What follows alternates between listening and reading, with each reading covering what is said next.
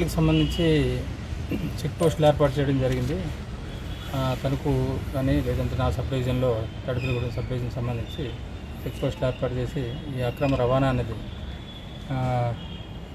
Liquor కానీ ఇంకా other cash కానీ ఇంకా అదర్ వస్తువులు ఏమైనా సరే అక్రమ రవాణా జరుగుతుంటే వాటిని అడ్డుకోవడం కోసం ఏర్పాటు చేశారు ఈ చెక్ పోస్టులు. ప్లస్ మా టీమ్స్ కూడా ఇన్ఫర్మేషన్ పెట్టి అక్రమంగా ఎక్కడైతే దాచించారో అట్లాంటివి కానీ రవాణా చేస్తున్నారని పట్టుకునే దీంట్లో భాగంగా వాహనాలు తనిఖీ చేయటం భాగంగా ఒక ఆటోలో ఉంచిన లిక్కర్ బాటిల్స్ సుమారుగా 148 బాటిల్స్ దాంట్లో పట్టుకున్నారు.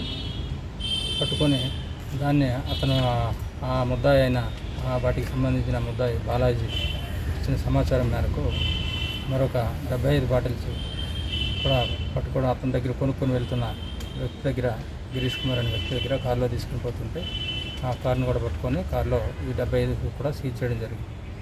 వీళ్ళని ఒకట చేస్తే ఎక్కడి నుంచి వచ్చింది ఈ సరుకు అని అంటే ఇది యాక్చువల్గా అరుణాచల్ ప్రదేశ్లో అమ్మవలసిన సరుకు. దీనికి కింగ్ పిన్ ఎవరంటే నాయుడు అని చెప్పేసి ఒక డ్రైవరు, ఆయన వనరాజవరం మండలం సంబంధించి ఒక గ్రామం ఉంది. ఈయన ఇక్కడి నుంచి చేపల లోడ్లో అక్కడికి లారీలో వేసుకుని వెళ్ళి అరుణాచల్ ప్రదేశ్లో వాటిని చేపలను అక్కడ దించేసినారు. వచ్చేటప్పుడు రిటర్న్లో వేరే లోడ్ తీసుకొచ్చేటప్పుడు అక్కడ 30 కేసులు 40 కేసులు కొనుక్కొని వచ్చి ఇక్కడ అమ్మటం చేస్తూ ఉండేవాళ్ళు.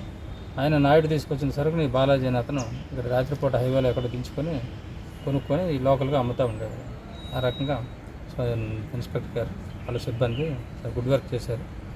220 బాటిల్స్ ఫుల్ బాటిల్స్ అన్నీ కూడా విలువ 1,15,000 రూపాయలు విలువ ఉంది. గవర్నమెంట్ ఇచ్చిన నాయుడు అనే అతను ప్రస్తుతం జైల్లో ఉన్నాడు. వేరే పోలీస్ స్టేషన్ కేసులో లిక్కర్ కేసు కాదు, వేరే కేసులో జైల్లో ఉన్నాడు. అతన్ని కూడా వారెంట్ మీద తీసుకొచ్చి ఇంటరాగేట్ చేసి ఫర్దర్ ఇంకేమైనా ఉన్నట్లయితే అది కూడా ప్రొవైడ్ చేసి ఇన్వెస్టిగేట్ చేస్తాం.